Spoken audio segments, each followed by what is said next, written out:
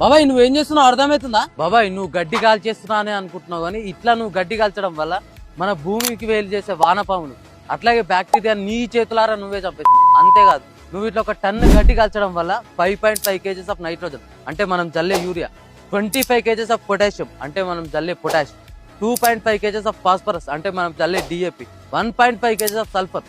అంతేకాదు బాబాయ్ ఫ్యాక్టరీల కన్నా ఎక్కువ పొల్యూషన్ మనమే చేస్తున్నాం, అది మనకు తెలుస్తలేదు. దీని ద్వారా మన భవిష్యత్తు మొత్తం ఖరాబ్ అవుతుంది. సరేనే మరి ఏం చేయాలి చెప్పరా? అదే బాబాయ్ మీరు ఇట్లా గడ్డి కాల్చడమే సొల్యూషన్ అనుకుంటారు, కానీ అది కాదు. నువ్వు బేలర్తో గడ్డి కట్టలు చుట్టించావు అనుకో, డైరీ ఫామ్ వాళ్ళు పైసలు ఇచ్చి మరీ తీసుకోపోతారు కదా. అట్లా నీతో కాలే మల్చర్ వేపించి ప్లవ్ వేపి, అట్లా నీతో కాలే మల్చర్ వేపించి రోటోవేటర్ వేపి. అయినా నా దగ్గర అవన్నీ పైసలు లేవు అనుకున్నావు అనుకో, మనకు బయట వేస్ట్ డికంపోజర్ అని దొరుకుతుంది, 20 నుంచి 25 రూపాయలలో ఉంటుంది. నువ్వు తెచ్చి వాటర్లో కలిపి కొట్టుకున్నావు అనుకో, 20 నుంచి 25 రోజులలో డికంపోజ్ అయ్యి ఎరువు అవుతుంది.